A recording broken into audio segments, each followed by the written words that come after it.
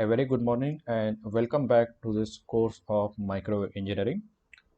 From our previous lecture, we have successfully completed all the three modules up to microwave tubes. So from this lecture onwards, we will be starting with our fourth module, which is devoted to the study of different types of a microwave semiconductor devices. Those are popularly used in different microwave applications.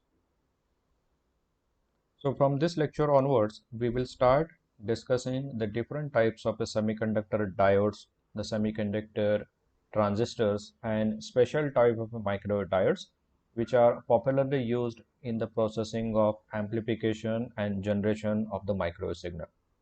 And towards the end of this particular module, we will see the principle and application of parametric amplifiers and their usages. So we'll be starting with module number 4 from today's lecture, microwave semiconductor devices. So let us see briefly what this module is going to contain from your syllabus point of view. So this is the syllabus mentioned in our curriculum for the semiconductor devices. So here, first of all, there are different types of microwave diodes that we are going to learn. Varactor diodes, then we are going to study the pin diodes, tunnel diodes are available, point contact diodes, Schottky barrier diode, and then we are going to see some of the special type of semiconductor diodes which are used mainly for the generation of microwave signals. And these diodes are gun diode, impart diode, trapart diode, and buried diodes. And after that, we'll be starting with some microwave transistors. In transistor, we will see bipolar junction transistor. The construction technology of this BJT is similar to that of the low frequency application, but here the materials are different. Then we will see a different type of fabrication technology for the transistor, especially when it is being used at a microwave frequency, HBTs, or that is also known as a heterojunction bipolar transistor. Then we will see metal semiconductor field effect transistor, and then again one special type of transistor we will study, that is high electron mobility transistor. And finally, we will discuss how the parametric amplifiers are useful in the microwave circuits and application. So here, all these devices we are going to study their construction, their working principle, their empirical equations of certain parameters, and their usages and typical ratings, right? So we'll be starting with all these devices one by one. So first of all, we will start with microwave transistors, and then afterwards we will continue with the microwave diodes. So the syllabus will include the construction, working, principle of operation, diagram, equivalent circuit, and application and rating of these different types of semiconductor diodes. So as far as numericals are concerned, numericals are not expected in this particular module number 4. So here this chapter more or less it is a theoretical, and here we are going to see in detail the construction, working principle, equivalent circuit, and the properties of all these semiconductor devices along with their application. So let us start with microwave transistors first. So for this particular module, I am going to take help of my own book, so which I found the content very sufficient in order to cover each and every aspect of all these course contents. So let us start with microwave semiconductor devices. Okay. So first of all, we will go through certain discussion why microwave semiconductor devices were used, or basically first of all we will check for what purpose the semiconductor devices are needed in microwave application. Okay. So if you recall in our previous modules, during the discussion of the orientation program, we discussed that the microwaves can be uniquely generated by means of two different and distinct ways. The first way is by making use of conventional tubes, okay, so or microwave vacuum tubes. Okay, so the chapter which we recently completed. And that time we discussed also that the microwaves can be conveniently and sophisticatedly generated by making use of certain semiconductor devices. So this is where we are going to discuss now, microwave semiconductor devices. So first I will introduce for what purpose the semiconductor devices are needed and what is their usage, right? So even though in the earlier stages of the development of microwave technology, it was the only tubes which played a very key role in the generation of the microwave signals, right? So in the beginning of microwave technology, the only source of microwave frequency was by making use of microwave tubes. So that's why microwave tubes were dominating during the earlier development stage of a microwave technology, because there was no option other than microwave tubes in order to generate the microwave frequency, right? In the later stages, as it is the development of semiconductor took place, the solid state circuit, the some of the special characteristic of solid state devices came into the picture. And that's why the people and the scientists discovered that the semiconductor can also be used in order to generate and in order to process the microwave signal. The development of semiconductor technology in general, it is help in the fabrication of low voltage operated and miniaturized solid state sources at the low cost. So this we can say as an advantage of semiconductor technology. Okay. So here the development over here, see I am highlighting the development of semiconductor technology in general, it helped us in the fabrication of low voltage operated and miniaturized solid state devices at low cost. This is the advantage, right? So the technological improvement in semiconductor technology helped us to fabricate a very low voltage power operated devices, and those are also in miniaturized form. So those are going to give us the advantage that they are being operated with a low voltage, consumption of power is reduced, and also they are miniaturized in size. Okay, so they became compact, and that also possible with low cost. So this has generated an opportunity to make use of semiconductor in order to generate and process the microwave signal instead of using bulky tube-like structures.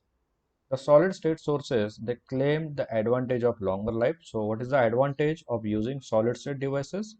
They are going to give us the advantage of longer life. Okay, so this is definitely the advantage of semiconductor device over the tube. They are going to provide long life operation. They do require low voltages. So all these are the advantage. Easy control of the amplitude of the transmitted waveform is also possible using semiconductor devices.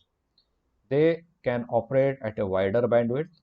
Okay, so they will consume a very less production cost, right?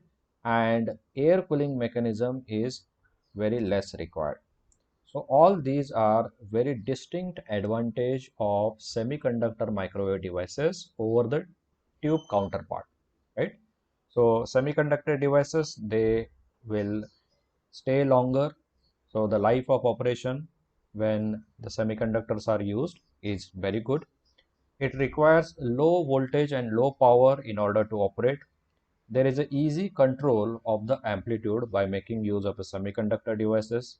Also, these devices going to offer us a very wide bandwidth range of operation. And very importantly, the production cost of semiconductor devices is very less.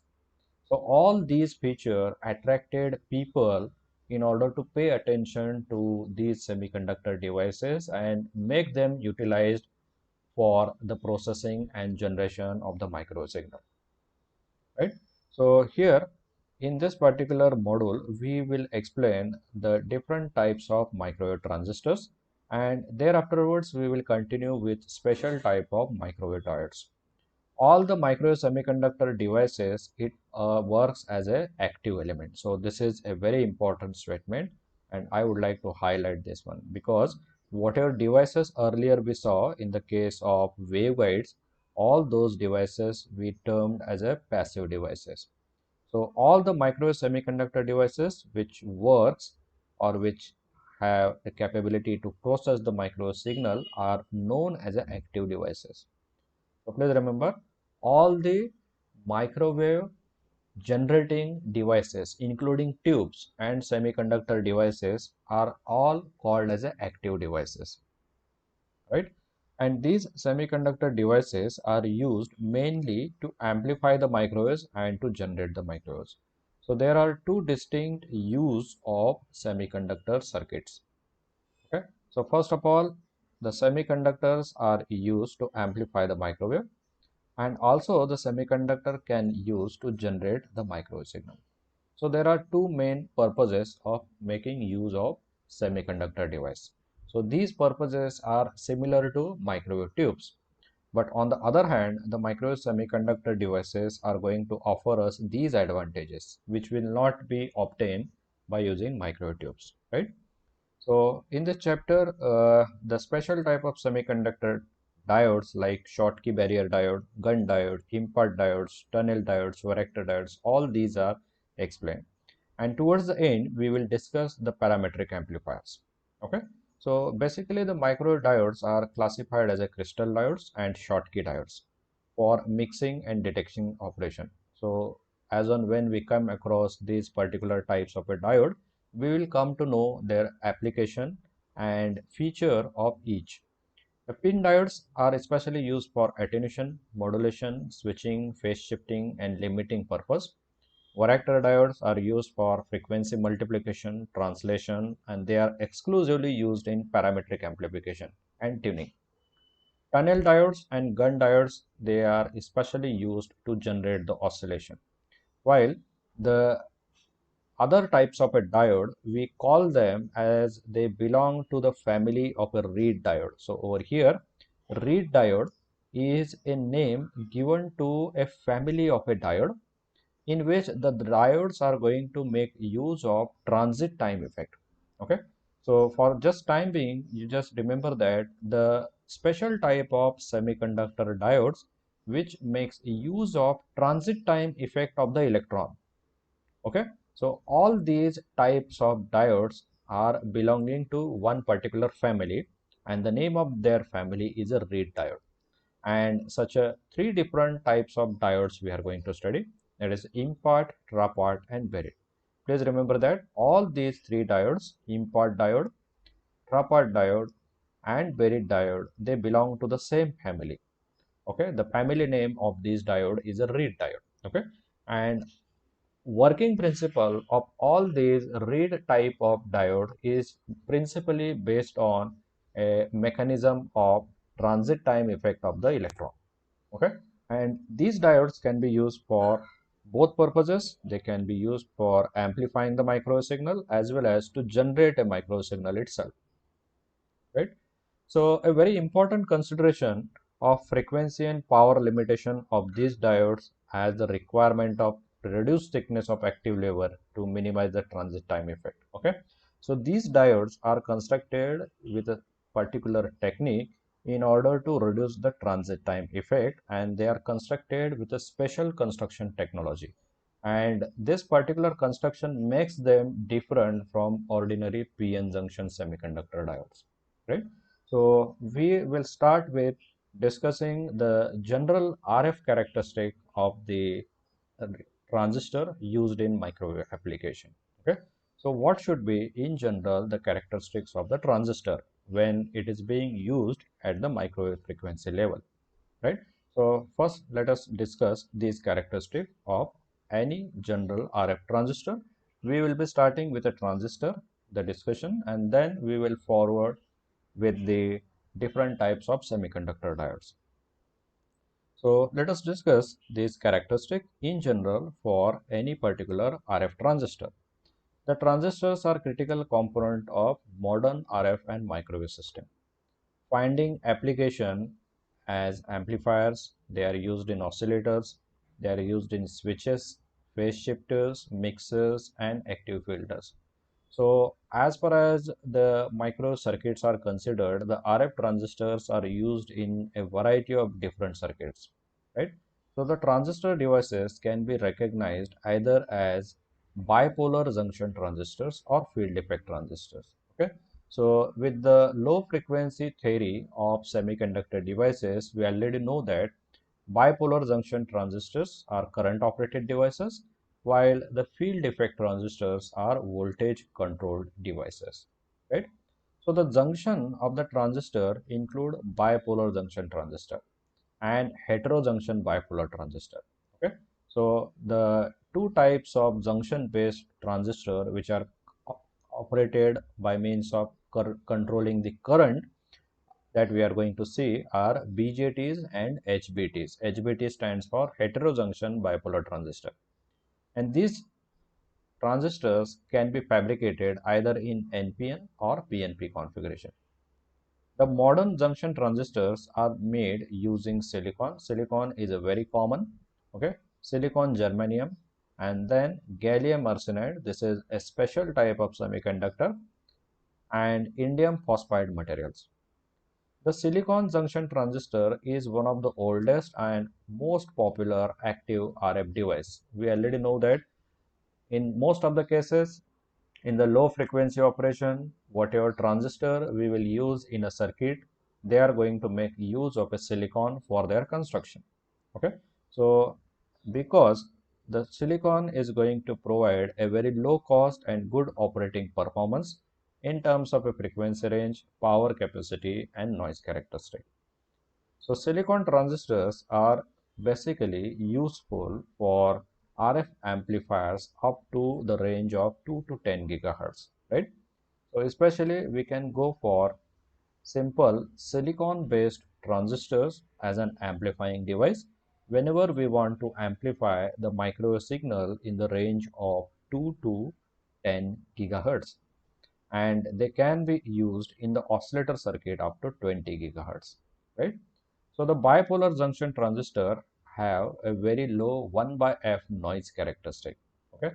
So if you recall, when we plot the noise characteristic, it is plotted in the form of reciprocal of the frequency, right? So it will make them well suited for oscillator circuit because they are going to provide a low phase noise. Okay. So the BJTs are popular to be used in oscillator circuit.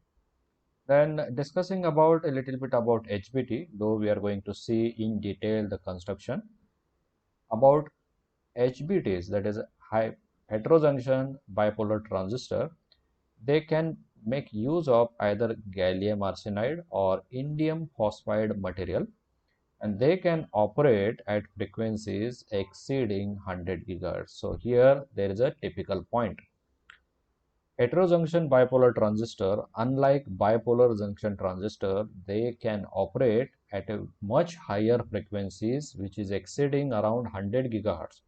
So this is the biggest advantage that heterojunction bipolar transistors are going to provide to us when it is compared with bipolar junction transistor. Similarly, the field effect transistor, it can take many different types of forms, including MESFET, metal semiconductor field effect transistor, and HEMT or high electron mobility transistor.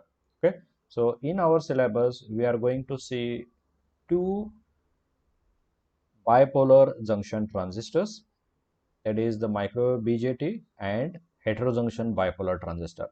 And then we are going to see two different types of field effect transistor, that is MESFET, metal semiconductor field effect transistor, and HEMT, high electron mobility transistor. Now this HEMT can be later configured into different types called as a PHEMT, MOSFET, and MESFET. Okay, so metal insulator semiconductor field effect transistor. So in our syllabus, we will restrict our discussion only for two different types of junction transistors, that is BJT and HBT, and two different types of field effect transistor, that is MESFET, metal semiconductor field effect transistor, and HEMT, that is high electron mobility transistor, right?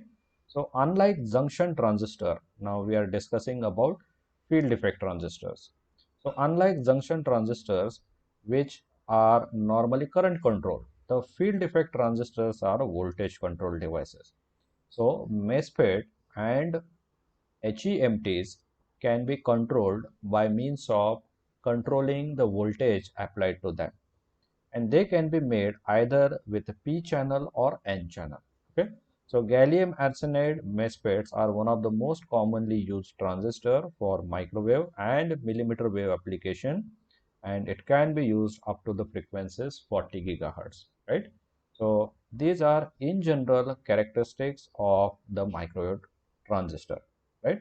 So we discussed what are the different types of materials with which these transistors can be constructed of, and the in between the distinguishing feature of this transistor we discussed. Okay, so we are going to study the two different types of junction based transistor, that is simple BJT and HBTs, heterojunction bipolar transistor, and then two different types of field effect transistor, that is MESFET, and the second one is HEMT, right?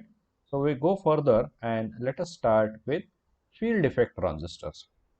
Especially we are going to see the construction of MESFET first. So the very first device that we are going to study as a semiconductor device in our module is MESFET.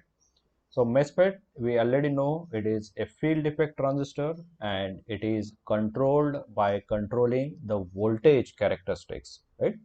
So microwave FETs, they can be used at a frequencies well into millimeter wave range with a high gain and low noise figure, which makes them very suitable device choice for hybrid and monolithic integrated circuit above the frequency range 5 to 10 gigahertz, right? So microwave field effect transistor, especially metal semiconductor field effect transistors, they do provide us important features, like they can provide a high gain along with a low noise figure, and that's why they became a good choice in order to utilize in hybrid and monolithic microwave integrated circuit. So more detail on hybrid and monolithic microwave integrated circuit we will study towards our final module in the end of the syllabus. Okay, so these MESFETs or field effect transistors are conveniently used in the frequency range of 5 to 10 gigahertz. Okay, now see the following figure 1 shows the construction of typical metal semiconductor field effect transistor, which is constructed by making material use gallium arsenide. So a typical construction how the MESFET look like by using gallium arsenide material is shown in figure number 1. Okay, so on the right hand side, this is the symbolic representation how the three terminals of the semiconductor FET are organized. So we have three different terminals: the drain terminal, the gate terminal, and the source terminal. Okay, so the symbolic representation. And here how it is constructed by means of a different layers and by means of a different terminals is shown over here, right? So it begins with a high resistivity substrate over here, and an epitaxial layer is grown over the buffer layer, over which the source, gate, and drain terminals are soldered. Okay, so if we compare the thickness of these particular different layers, it will be ranging in the microns. Okay, so the desirable gain and noise feature of gallium arsenide field effect transistors are the result of higher electron mobility of gallium arsenide when it is compared to silicon. Okay, so this is the important feature over here. We are not going to make use of silicon for the construction of MESFET, but instead of silicon, we are using gallium arsenide. The reason behind use of this particular material is that the gallium arsenide is going to provide us higher electron mobility. So this point is very important. Gallium arsenide is going to provide us higher electron mobility compared to silicon. Okay, and this is also in the absence of any particular noise. So therefore, in the operation, the electrons drawn from the source to drain by the positive drain to source supply voltage. And that's why, being high electron mobility characteristics of the gallium arsenide material, this particular construction of the MESFET results in a very fast switching operation. The input signal voltage on the gate then modulates these majority electron carriers, producing a voltage amplification, and that can happen at a very high frequency rate. Okay. So the maximum operation frequency of this MESFET is limited by the length of the gate. Okay. So a maximum frequency with which the MESFETs are utilized as amplifying device is limited by the length of its gate. Presently, the manufacturer, they do provide us the gate length of the MESFET, which is in the order of 0.3 to 0.6 micron, which corresponds to upper frequency limit up to 100 to 50 gigahertz. Okay. So normally whatever microwave MESFETs which are constructed using gallium arsenides are available in the market, the upper maximum frequency of operation of these MESFET is limited by typical size of the gate. Okay, so the manufacturer are succeeded in making the gate length 0.3 to 0.6 microns, and that's why the MESFET transistors, they are able to provide us the frequency operation from 50 gigahertz to 100 gigahertz, right? So a small signal equivalent circuit of field effect transistor, that is MESFET, is shown in the following figure, which is constructed in a common source configuration, right? So the equivalent circuit over here, we observe totally we have three different terminals. We have a gate terminal over here, and a source terminal over here, and a drain terminal over here. So the equivalent circuit of metal semiconductor field effect transistor is in front of us, and how it is represented. A voltage source is shown in between gate and source, right? And this voltage source is developed with the help of resistor and capacitor combination, right? The capacitance which gets developed between the gate and source is shown in series with this input resistance, right? So while the capacitance between gate and drain is shown with CGD, inter-electrode capacitance also we can say it. And similarly, there exists a capacitance between drain and source, and it is shown with the CDS, which lies in parallel. Okay. And a transconductance is shown over here, which depends on this particular voltage.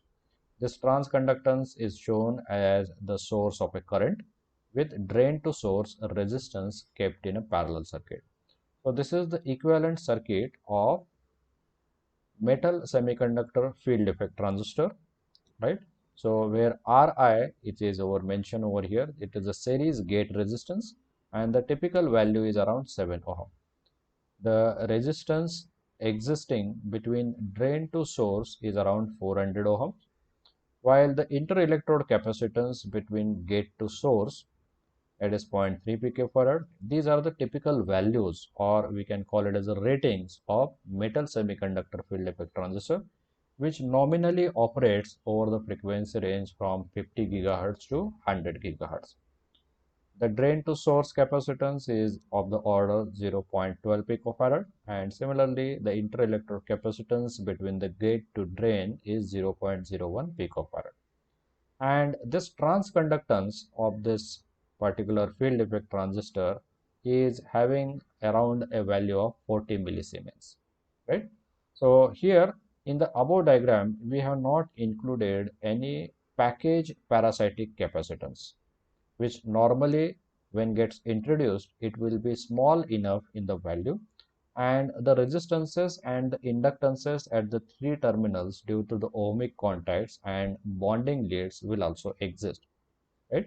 So here the dependent current generator, that is the transconductance multiplied by the voltage, it depends upon the voltage across gate to source, and capacitance gate to source, it leading to the transmission coefficient to get the value greater than 1 under the normal operating condition, right? The above equivalent circuit of the MESFET can be used to determine the upper frequency operation for the transistor operation, right? So here the short circuit current gain is the ratio of drain to gate current when the output is short circuited. Okay, so in the case of unilateral configuration, the gate to drain capacitance is assumed to be 0, and this value of short circuit current is given by equation 5.1. Okay, so the maximum upper frequency operation limitation for this MESFET is given by equation number 5.2. Right? So equation 5.2 over here, it gives us maximum upper operating frequency range of the MESFET. So it depends upon the transconductance and the capacitance which exists between gate to source, right? In order for proper operation of this metal semiconductor field effect transistor, the transistor must be DC biased at an appropriate operating point, and this all depends upon what is the application in which the transistor is being utilized and what type of amplification class operation that we need, right? So this is all about metal semiconductor field effect transistor. The typical material that we utilize for the construction of MESFET is gallium arsenide. Okay, and this is the equivalent circuit and the typical rating values of each and every term. Okay, and finally, the upper frequency limitation formula is dependent upon the transconductance directly, and it is inversely proportional to the capacitance which exists between gate and source. With this, we will proceed further with bipolar junction transistor now. Okay, so we saw a very first type of general field effect transistor, that is MESFET. Now we will see bipolar junction transistor, which are junction based, and this transistor is current controlled device rather than voltage controlled device, right? So let us go ahead and see how typically the micro junction transistor look like and what are its features. Microwave bipolar junction transistors, they are usually made NPN type. Okay, so this is an important feature. NPN type of microwave junction based devices is preferred. Okay, and they are often preferred over gallium arsenide field effect transistor. This is the important feature. Okay, below 2 to 4 gigahertz. Okay, so here one important feature of BJTs, why BJTs are preferred at lower frequency when it is compared with field effect transistor.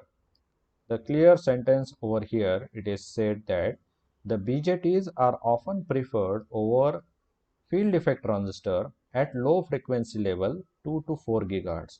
Okay, why? Because the higher gain and lower cost. So here please remember, if you want to make use of a transistor at low microwave frequency, that is up to few gigahertz, then it is advisable to make use of bipolar junction transistor rather than field effect transistor, because bipolar junction transistors are going to provide us the advantage of having higher gain and lower cost when they are being operated at lower frequency, right? So the BJTs are subjected to short noise as well as thermal noise effect. So their noise figure is not that much good when compared to field effect transistor. Okay. So please remember, in one hand, the BJTs are going to offer us certain advantage, and in other way, the BJTs are also giving the limitation in terms of the noise generation and the thermal properties. Okay, so there is always a trade-off between when to use the BJT and when to use the field effect transistor. A rough rule of understanding is that whenever we want to operate at a very high frequency, several tens of gigahertz, okay, so even in hundreds of gigahertz, at that time it is better to make use of field effect transistor rather than bipolar junction transistor, right? Because at higher frequencies, the noise characteristic of field effect transistors are always better than bipolar junction transistor, right? On the other hand, we should not make use of field effect transistor whenever we want to operate to few gigahertz of frequency application, because at low frequency, please remember, the gain provided by field effect transistor is not that much of great, and also the cost of field effect transistor is greater compared to bipolar junction transistor. So in order to effectively use the transistor at low frequencies, the BJTs are good choice because they are going to provide us high gain value, as well as the construction wise the BJTs are cheaper compared to field effect transistor, right? Now below is the figure which shows the typical construction of silicon based bipolar junction transistor. So here on my right hand side, the typical construction of microwave bipolar junction transistor is shown. Okay. So here the base terminal, emitter terminals are shown, and the body of the entire transistor itself is act as the collector. Okay. So that is not shown over here. And the construction of a typical microwave bipolar junction transistor is shown on the left hand side. Okay, so here the base terminal is very thick over here, around 200 micron. The middle layer, the separation layer, is around 1.5 micron, and the epitaxial layer is around 0.1 micron in size, right? So in contrast to field effect transistor, the bipolar junction transistors are normally current driven, and with the base current will modulate the collector current in the amplification operation. Okay, and here the important property is the upper frequency limit, the maximum frequency with which the BJTs can be used is being dependent, or it is being controlled by the base length. Okay, so the similar case we saw in the case of field effect transistor. In field effect transistor, the upper limit of generation of microwave frequency depends on gate length. Similarly here, in the case of bipolar junction transistor, the upper maximum frequency generated, that is dependent on what will be the value of base length of this transistor, right? So the typical value of base length of the bipolar transistor is around 0.1 micron. Okay, so the small signal equivalent circuit of the bipolar junction transistor is shown below, and the equivalent model of the bipolar junction transistor, whatever component it contains, the values of those components are shown over here. Okay, so this particular circuit is the equivalent circuit of microwave bipolar junction transistor. This particular diagram looks equivalent to that of the field effect transistor with certain minor changes. So here we have this base terminal, emitter terminal, and here we have the collector terminal, right?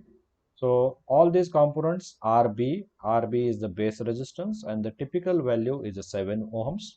Okay, R pi, which is the parallel resistance placed in between base and emitter, the equivalent value is around 100 ohm. Okay, so C pi is the pi equivalent capacitance, the value is around 18 picofarad. The collector capacitance also has a value 18 picofarad, and the transconductance of this BJT is around 900 millisiemens. Okay, so if you compare the transconductance over here with the transconductance provided by field effect transistor, the transconductance offered in BJT is very high compared to the transconductance of field effect transistor, right?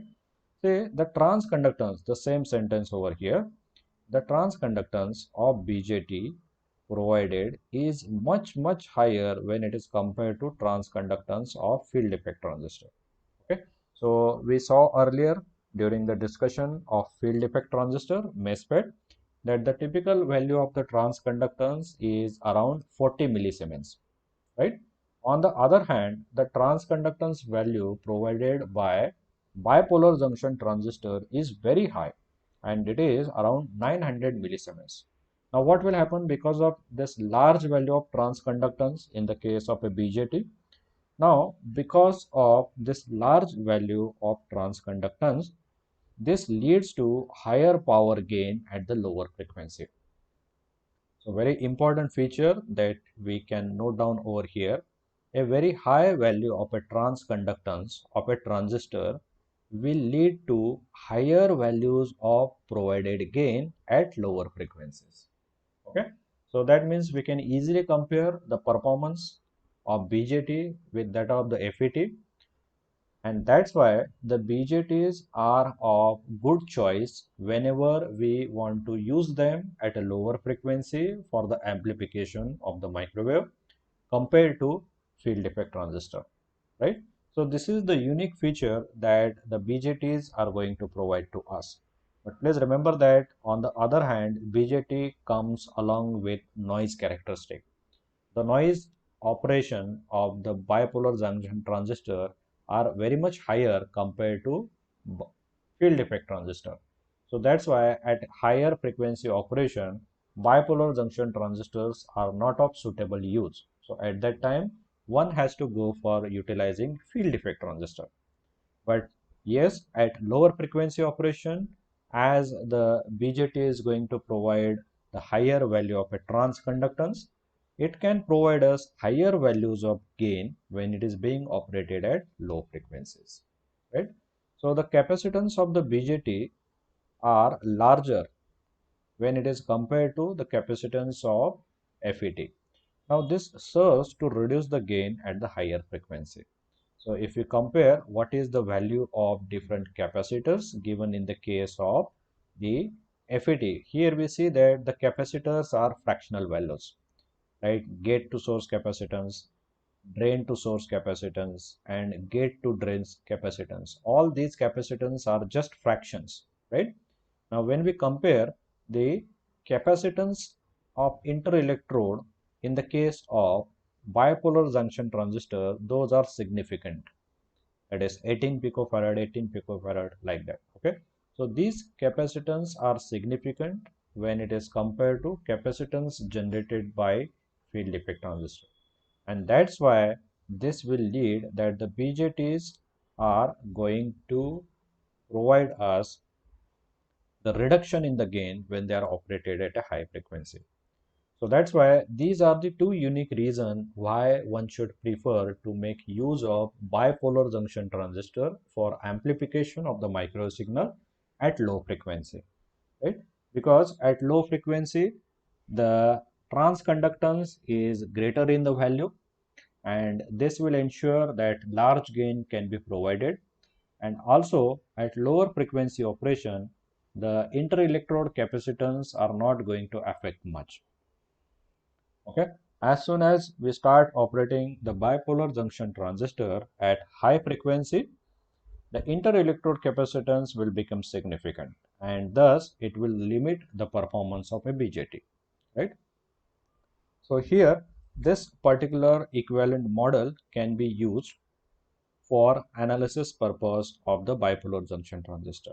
Okay, so in this particular equivalent model, we have not included any parasitic resistances and inductances which are inherently present because of the construction and because of the wired mechanism, and this equivalent model can be used to estimate the upper frequency limit of the bipolar junction transistor, which is given by this particular equation. So here I will highlight the upper frequency limit of bipolar junction transistor. It is given with the same equation. It is directly proportional to transconductance and inversely proportional to the capacitance, right? So here we saw the distinct differences between microwave field effect transistor and microwave bipolar junction transistor, right? So here in conclusion, we can conclude that microwave bipolar junction transistors are a good choice to be utilized in amplification process of the micro signal, provided when they are operated at low frequency. Okay, microwave BJTs are much noisier in operation when it is compared to field effect transistor. So field effect transistors are good choice in order to utilize in a microwave amplification process, but those should be utilized at a high frequency rather than a low frequency. So roughly we can conclude that whenever we want to make use of a transistor at low values of micro frequency, then one should go for utilizing BJTs. On the other hand, if the operation frequency is higher, then one should go for utilizing field effect transistor compared over bipolar junction transistor, right? So the next type of special type of junction based transistor that we are going to see now is the heterojunction bipolar transistor. Okay, so in short, this is a special type of junction based microwave transistor, which is again a current control device. Okay, so this is the second type of junction based bipolar transistor we are going to see in our module. So the first transistor, which is BJT, we have seen. The second is now HBT. Okay, so what is this heterojunction bipolar transistor and how exactly it is different from nominal or normal type of microwave BJT? Let us see in that. The bipolar transistor can be constructed as a homojunction or heterojunction type of a transistor. Now we'll see that what is the type of a junction and when it is called as a homojunction and heterojunction, right? When the transistor junction is joined by two similar materials such as silicon to silicon or germanium to germanium, then it is called as a homojunction transistor. So what do we mean by a homojunction transistor? We know that in the bipolar junction transistor, the construction is made by joining the two semiconductor devices together and forming such a two junctions. We always know that in the junction based transistor, there are going to be two junctions. And these junctions, when they are fabricated by making use of same material on either side, right? So for example, we have the input junction and output junction of the transistor. When these junctions are constructed with same material, for example, using the material like silicon on silicon or germanium and germanium, then this particular configuration of transistor we call it as a homojunction transistor because the junction is constructed by using the same type of semiconductor material, right? So the transistor junction can also be formed in a different way. Okay, so this is where the construction principle of HBT lies over here. So here I will underline or I will highlight this particular statement, right? I will highlight with this blue color. The transistor, here I will highlight, junction can also be formed with two different materials, such as one side we have a germanium, one junction is formed between germanium and gallium arsenide is called heterojunction. Okay, so whenever any junction of the transistor is constructed with two dissimilar semiconductor materials, this is the important property, right? Then that particular transistor we are going to call it as a heterojunction transistor. That means the junction is formed by making combination of two different semiconductor materials, and that's why the name of the transistor is HBT or heterojunction bipolar transistor. Okay, say the lattice constants of two different semiconductor materials are matched, they can be formed together as a heterojunction transistor. Okay, so the lattice condition is very important because the lattice mismatch could introduce large number of interface state and degrade the performance of heterojunction operation. Okay, so currently which types of semiconductor materials are used for the construction of heterojunction bipolar transistor? These are popularly germanium and gallium arsenide. So these are the two different semiconductor materials. So a junction formed by making use of a germanium with gallium arsenide is going to give us the heterojunction bipolar transistor, right? So lattice constant for germanium and gallium arsenide are matched with each other within 1%, right? Since each material can be either made either p-type or n-type, right? So the name is HBT bipolar transistor. That means the current carrying mechanism is by making use of holes as well as by making use of electrons. So that's why it is called as a bipolar, right? So the four possible combination of constructing the junction is shown over here. Okay. So as usual, the bipolar junction transistor, here we can either have p-type or n-type, right? And this p-type and n-type semiconductor can be constructed by either using germanium or gallium arsenide. Okay. So in that way, we will get such a four possible combinations. We can make use of p-type germanium with p-type gallium arsenide, p-type germanium with n-type gallium arsenide, or we can make use of n-type germanium with p-type gallium arsenide, and finally another combination is we can make use of both n-type but the material is different, that is germanium and gallium arsenide.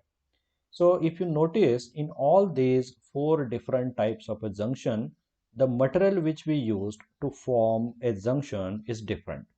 Okay, so here in first is a germanium, second is a gallium arsenide. First is again germanium, second is a gallium arsenide, but here it is p-type and n-type. Third example, n-type germanium with p-type gallium arsenide, and final example, n-type germanium and n-type gallium arsenide. Okay. Now a typical construction how the heterojunction bipolar transistor look like is shown over here. Okay. Now as shown in the figure, the heterojunction transistor is formed by joining n-type germanium. Okay, so this is a n-type germanium over here. It is connected with p-type gallium arsenide. Okay, on this side. So this particular junction is a heterojunction. Okay, so there are two junctions. Okay, so this is a junction number 1. Okay, and this is junction number 2. Now, out of these two junctions, please remember junction number 1 is called as a heterojunction. Why? Because the junction number 1 is constructed by joining two different semiconductor metals. One side is a germanium, other side is a gallium arsenide. On the other hand, junction number 2 is constructed using the same semiconductor material on the both side. That is gallium arsenide on the both side, right? So here, out of these two junction, one junction is a heterojunction and other junction is a homojunction. So such a typical construction of the HBT, we call it as a heterojunction bipolar transistor. Please remember that in ordinary semiconductor transistor, right? So the junctions are made by using the same type of semiconductor material. So all those are called as a homojunction transistor. But here, what is the difference in HBT? Out of two junction, any one or both, if they are constructed using different semiconductor material, then we call it as a heterojunction bipolar transistor. Now, why this particular construction is made in a such a way and why it is required? Now, here the principle over here is that when we construct a semiconductor transistor junction by using two dissimilar semiconductors, right? So in overall, the processing speed or the switching speed of the transistor is going to get increased, right?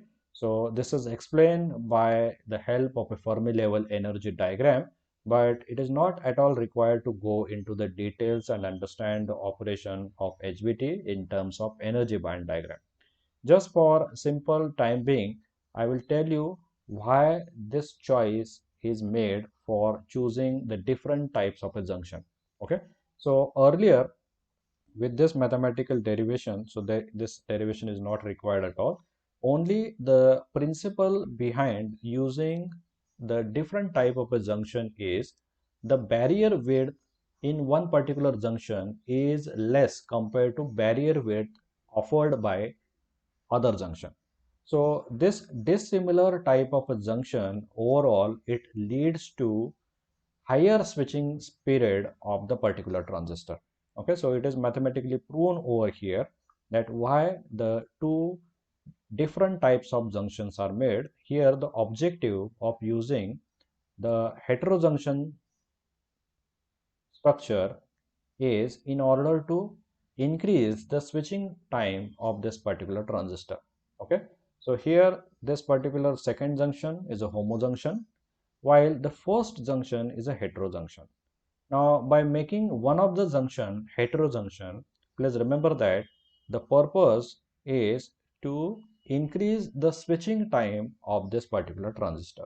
Okay, so it is mathematically proven over here with this energy diagram and Fermi level over here, and the same is proven over here that higher switching time of the transistor can be accomplished when one of the junction is made with the help of heterojunction principle, right? So here it is mentioned over here, the heterojunction bipolar transistors are potential candidates for high speed switching devices such as gallium arsenide MESFET. Okay, so MESFET is also operated at a very high frequency. The potential candidate to compete with them is a HBT. So HBTs can also be operated at a very high frequency as that of comparison to the MESFET, but HBTs are current control device, and out of two junction, at least one junction of there is constructed using heterojunction principle, right?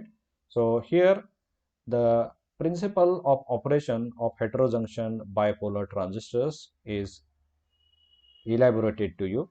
Now there is no need to go through this particular derivation. Only the thing over constructional difference is that the one junction out of two junction is made as a heterojunction. The purpose behind making one junction as a heterojunction is that to increase the switching speed of the overall transistor. And the switching speed, when we do one of the two junction as a heterojunction, the switching speed will increase. And this particular type of current controlled transistor can compete with high frequency MESFET. Okay, and this particular current control transistor, we call it as a heterojunction bipolar transistor, right? So the construction we saw the different types of materials used for the construction of HBT, and we saw how principally the heterojunction bipolar transistor is going to provide us a higher switching period. Okay, and heterojunction bipolar transistors are commonly used to replace gallium arsenide MESFET because those are that much of capable of providing and operating at a higher frequency range, right? So we started with discussion of gallium arsenic metal semiconductor field effect transistor. Then we saw the normal BJT, and then we saw a trade-off when to use what type of transistor.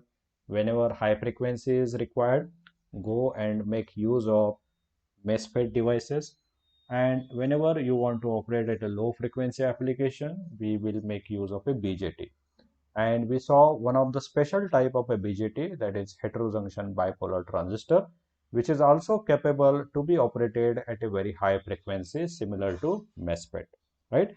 Construction wise, the HBT heterojunction bipolar transistor is different, and any one of the junction of the transistor is made heterojunction, it will improve in its switching speed and it will compete in the operation as compared to MESFET circuits, right? So here we stop over here, and the remaining type of field effect transistor, that is high electron mobility transistor, which is a subtype of field effect transistor, will continue in our further discussion of the lectures.